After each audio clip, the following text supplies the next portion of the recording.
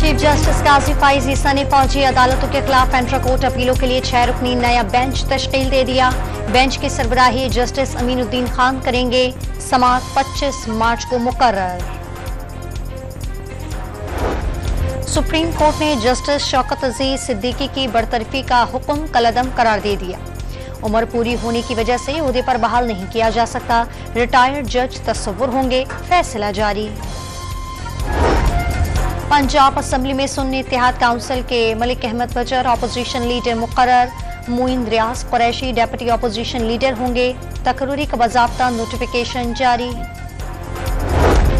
और PSL 9 में शानदार कारकर्दगी दिखाने वाले इमाद वसीम से क्रिकेट बोर्ड का राब्ता। इस्लामाबाद यूनाइटेड के ऑलराउंडर इमाद वसीम को रिटायरमेंट वापस लेने का मशवरा।